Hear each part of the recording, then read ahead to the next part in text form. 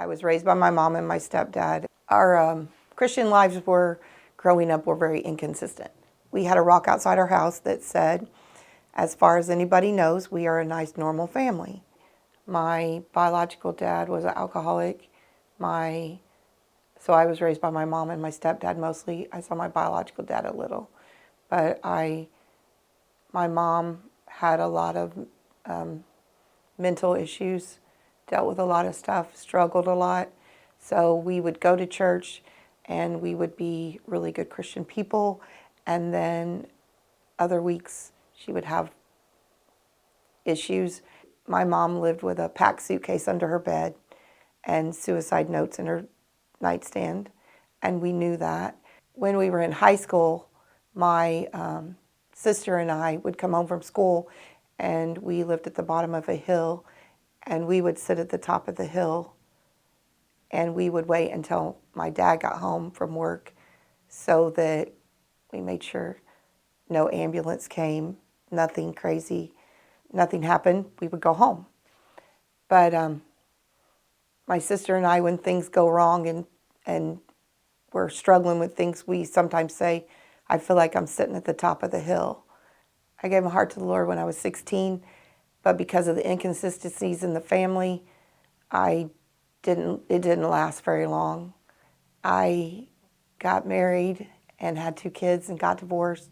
Then I had another kid with a boyfriend, and then I got married again, and Jim's mom had asked me to go to church, so, I'd been going to church with her at Bethel, and I thought, they're crazy. These people are nuts. They were, up front, raising their right hands, but she was so sweet that I didn't want to tell her that I didn't want to go with her because I thought they were crazy, So I just kept going with her. Well, when I left after 3 weeks, she wanted me to go talk to Walter, and I went and talked to Walter. He said, God has big plans for you. God has plans for you. And I know God has plans for me, but him telling me God had a plan for me and for my life, and that I needed to stick with him and everything. And after that, suddenly all those people up front raising their hands and stuff didn't seem quite as crazy. God has done a lot for me, and God has always been there. When I first got married to my second husband, he had 2 kids, and then I had the 3, and his ex-wife kept us in court for the first 4 years of our marriage. We had started homeschooling because we felt like that was what God wanted us to do, and we had a lot of backlash from his ex, who didn't think we should be doing that. So she had us in court for that too. I knew God had told us to homeschool, and we both did. But when you think there's a possibility of losing your children to it, you start really doubting. And I went to my pastor at the time, and I told him that I was starting to think maybe, at least for now, we ought to just put our kids back in school, and then we could take them back out later if that, according to how it went. And he said, do you believe God told you to homeschool your kids? And I said, yes. And he said, did God tell you not to? And I was like, no, but, this is really scary. And then he said, well, when Daniel knew that they had made the law that he had to pray to the king, did he quit? No, he didn't. And they knew it. He didn't try to hide it. And he said, you're just going to have to be like Daniel. You're just going to have to do what God told you to do. And if God tells you different, then you do that. But I know for a fact that God told me to do it. And God gave me the power and the skills to do it, because I'm a very disorganized person naturally. And you have to, I had 5 kids. I had to keep track of all their school and grade papers, and still, be a mom and a wife and make dinner and everything else. So it was a lot, but I look back every day and think I would not have changed a thing. At the age of 50, I suddenly developed kidney stones, and I was having them very regularly. I had one episode where I was up moving around fine, and within 30 minutes, I was hardly able to even make it to the car. And by the time I got to the emergency room, I was throwing up very badly, and they said I had both ureters blocked. I was basically being poisoned, and that they were going to do emergency surgery. So I had that removed. I've had kidney stones as large as 13 millimeters. I think I've had at least 4 procedures to have kidney stones removed because they weren't passable. At the same time, I was having a lot of like leg issues and joint pain, and my doctor started testing me for arthritis. I started having ear problems. I had had behind my ear, I had gotten hit with a softball when I was in college, and I had a calcium deposit, and it had started growing. And I kept telling the doctor I felt like it was growing. It got so big that my ear was sticking out and was a different height than my other ear.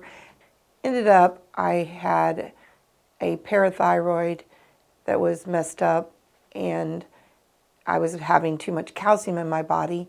And the first thing the endocrinologist said to me was, I bet you have kidney stones. I ended up having the tumor removed and the parathyroidectomy done at the same time in the Mayo Clinic in Florida. But it had been a couple years since I'd had any problems with it. And I woke up one morning about 4:30 in the morning in a lot of pain. By 6 o'clock, my daughter was taking me to the emergency room, but they did CAT scans and said I had no kidney stones. I got home and went to my doctor, and she sent me for a CAT scan, and they said I had a lot of kidney stones. Also, when I went to my doctor, she tested me, and I had a kidney infection. And she said possibly the kidney infection was causing me the pain.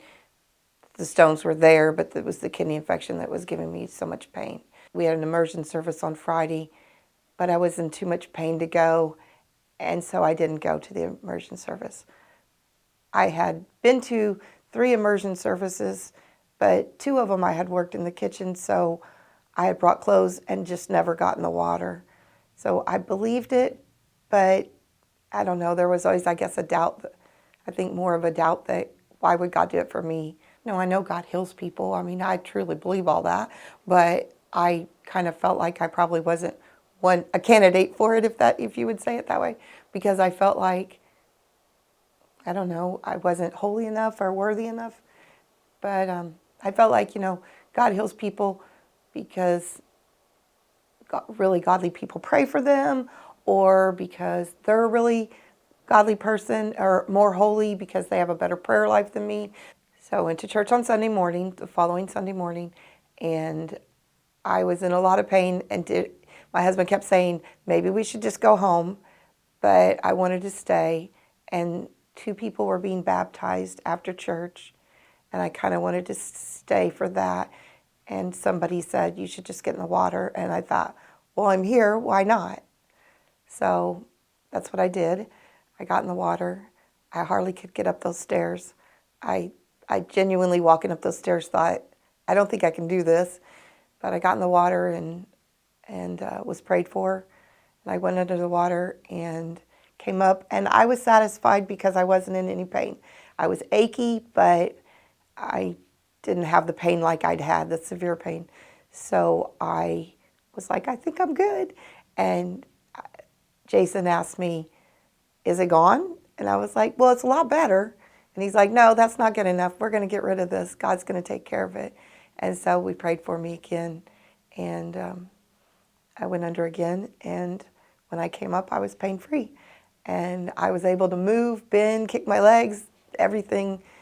Like, it was a true miracle.